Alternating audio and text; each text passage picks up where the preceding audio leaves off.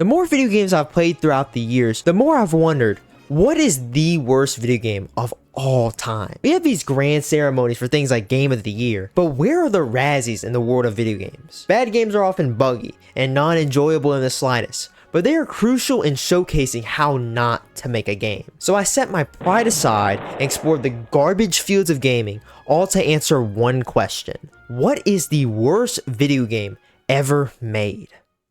So why not start with a game so awful that it directly led to the video game industry's demise in 1983? Yes, I'm talking about one of the most infamous games of all time, E.T. the Extraterrestrial for the Atari 2600. Setting aside the fact that this game is as old as dirt and looks like crap, it is also extremely confusing. I wandered across this ugly games world just trying to find what I was supposed to do. There are no goals, no hints, no nothing. I found these power-ups. I don't know what they did, if they even did anything at all. However, more than anything, this game just tested my patience like no other game I've ever played before. I couldn't go more than 10 to 15 seconds without falling into this cave and having to use the signature E.T. neck stretch to get out of it. Along with that, there are police officers who are wandering around who drag you to jail almost every 30 seconds. And yes, they're annoying as mess. But without these things, the game just doesn't offer anything of worth. Without these annoyances, the game is just wandering about trying to figure out what you're supposed to do. This game is plain awful. But I don't think it's the worst game ever made. So I had to do some digging and find something even worse. And the next game I played was none other than Big Rigs Over the Road Racing. The worst rated Metacritic game of all time at a whopping 6 out of 100. This is a truly amazing game. No sound effects, no music, and the slowest truck I've ever seen in my life. Big Rigs is a classic. It is living proof that if you think a game is bad, well, at least it's not on Big Rigs level. One of the first problems I noticed about this game is that even it didn't want me to film it. As soon as I tabbed out of the game, it stayed in this limbo state until I Alt F4'd out of it. Another issue I had is that the gameplay feels excruciatingly slow. Like, what's the point of giving me a higher speedometer if I can't go an ounce above 80? The game is also very broken. That's also what kind of adds to its charm. Just drive through this building. It won't stop you. Oh, look at this 8,000-pound truck going full 90 degrees up a hill. And then the best part of the game, going backwards. For some reason, when this game shipped out, if you just held back on your keyboard, the game didn't know when to stop. So you keep infinitely increasing your speed until you glitch out of the map and inevitably have to close out of the gosh dang game. I'm gonna be honest. For the worst game ever on Metacritic, I expected so much worse. Like, yes, this game is technically horrible, but I at least had fun with it. So I don't think it's the worst game ever made. My search for the worst game of all time wasn't really going as planned. So I had to search further and find a game that was even worse than Big Rigs. And what I found next was possibly the worst game of all time. And I'm talking about Superman 64. Superman 64 is the most painful gaming experience I've had until this day. And you may be thinking, Meraki, there's no way it's that bad. Well, fellow viewer, that's where you're wrong. Superman 64 takes everything fun about video games and chunks it out the gosh dang window.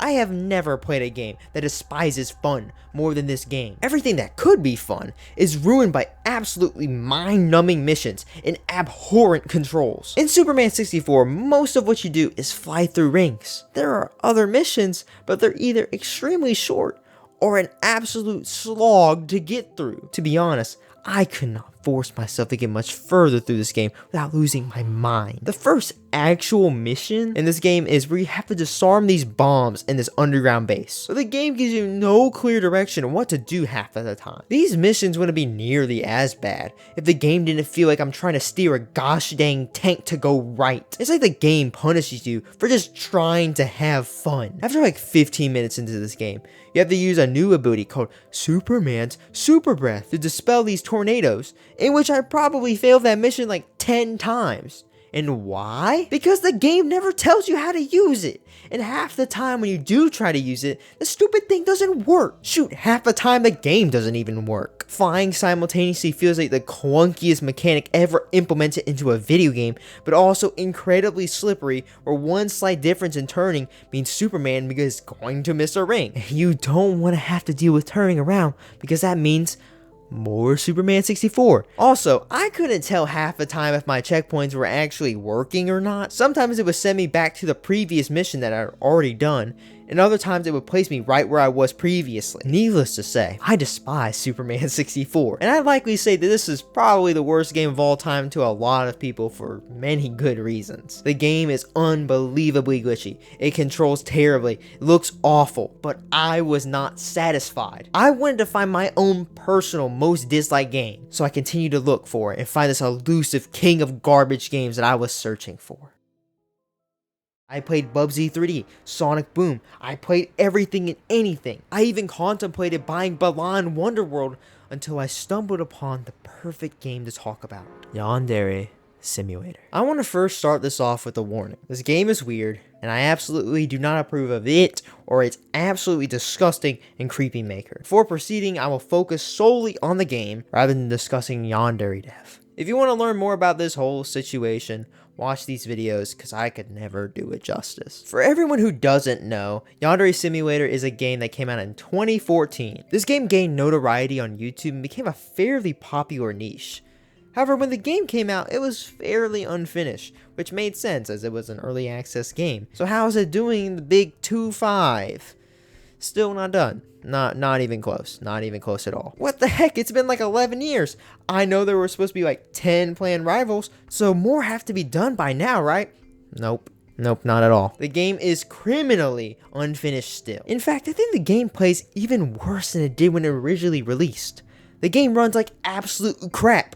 My computer is old, like practically a fossil, but there's no way Yandere Simulator should run worse than GTA 5 or Witcher 3. So when I looked online at exactly what could be the culprit, 5,000 polygon toothbrush. Yeah, that's really bad game design. Not to mention the gameplay loop is extremely stale and very boring. A lot of the time you're just kind of waiting around, not doing much. I understand it's a sandbox game, but there's just not enough substance to warrant me doing any exploring. My main issue though is that this game is extremely weird. Not in like a quirky, fun way, but in a disturbing, weird way. The gameplay is horrible, it still has the same jank as the 2014 game, and it's still not even close to being finished. And it's effectively what launched this creepy guy to stardom to do all those awful things that he did. If there's any game I have to say is the worst game of all time, for me, it's this one. The worst game of all time can be a very subjective matter. But for me, the conclusions that I came to are that Superman 64 is technically the worst game of all time. This game is painful to play in every way possible, and I absolutely despise it. But Yandere Simulator in my heart is the worst game ever made. And thus ended the journey to find the worst game ever made. I hope you guys enjoyed that video. If there's a game that you think is worse than these, leave in the comments below. I'd love to take the discussion further. If you want to see more content like this, you should totally subscribe. Anyway, I hope you all have a blessed day. See ya.